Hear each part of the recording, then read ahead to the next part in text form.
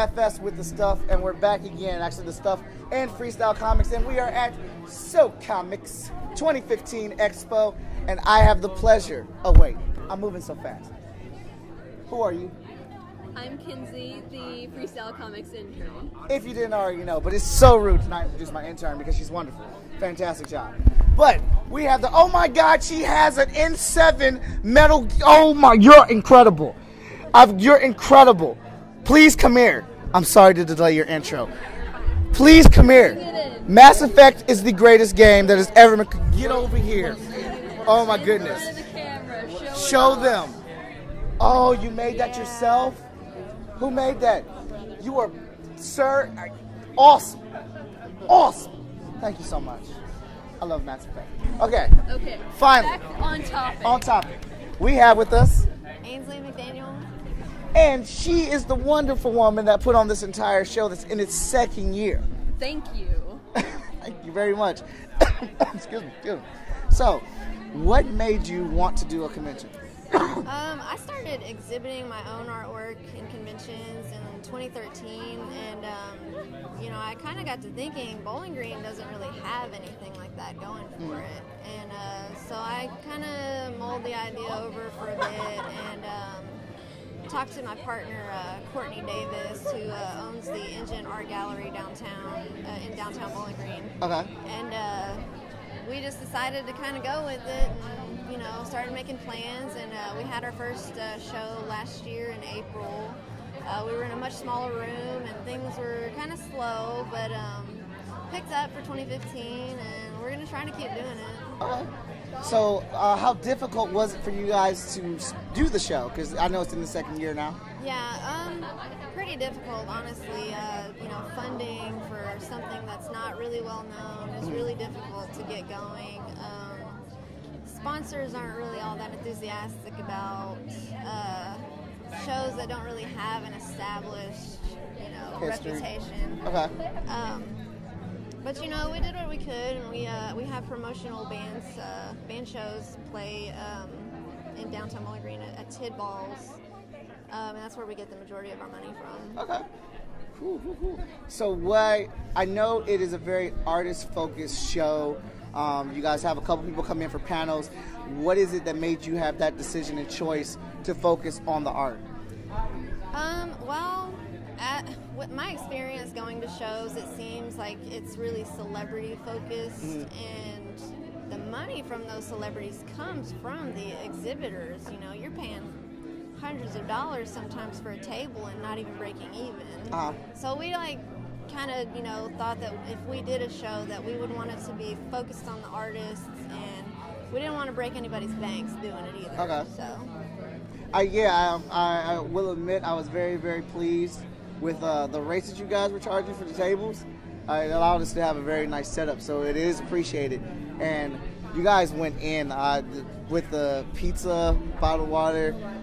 Your staff is fantastic. Yeah. I don't know if you realize this. They came through and checked on us multiple times today, and it was just, they're always really polite and just really looking out for all of us, which is that's our main priority. You know, we want to make everybody feel comfortable and keep everybody happy, because you know, what are they going to remember most about a show? You know, right?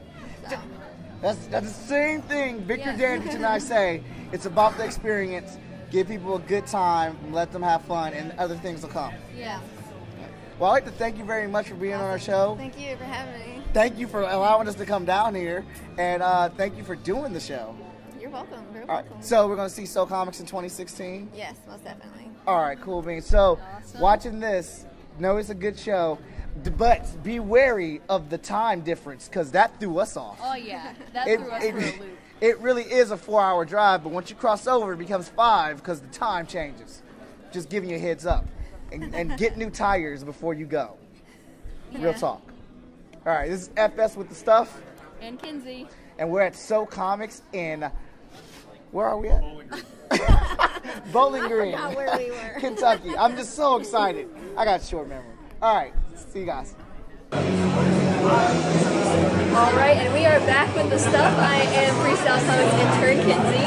And this is A Whistle. You already know me. And we are here interviewing one of the co-creators of this convention. Yeah, my name's Courtney Davis. So, we heard before from the other co-creator, and so what was your first sort of reaction to her wanting to put together a convention? Well, me and Nancy, we've known each other since high school, and so we were always kind of fans of each other's art. And I actually own an art gallery here in town, downtown on the square, and so when I got that started up, she approached me about doing this con, and I was totally for it. It sounds like a cool idea. It's all the stuff I'm into, and so I was like, let's do it, yeah. Yeah, and the stuff is what we're about. So, what were some of your biggest sort of challenges starting up the convention and then getting into where it is today? Well, first it's just the networking aspect, finding enough artists who are interested and willing to come out and be a part of something like this, and especially in this kind of show where we're in the early stages, just starting out on a limited budget, and there's a lot of challenges presented with that kind of budget restrictions, and then, you know, knowing enough people and stuff. So our goal overall has been to just put on a show that gives back to the artists. It's a good experience for the artists themselves, so they have an incentive and want to come back every year.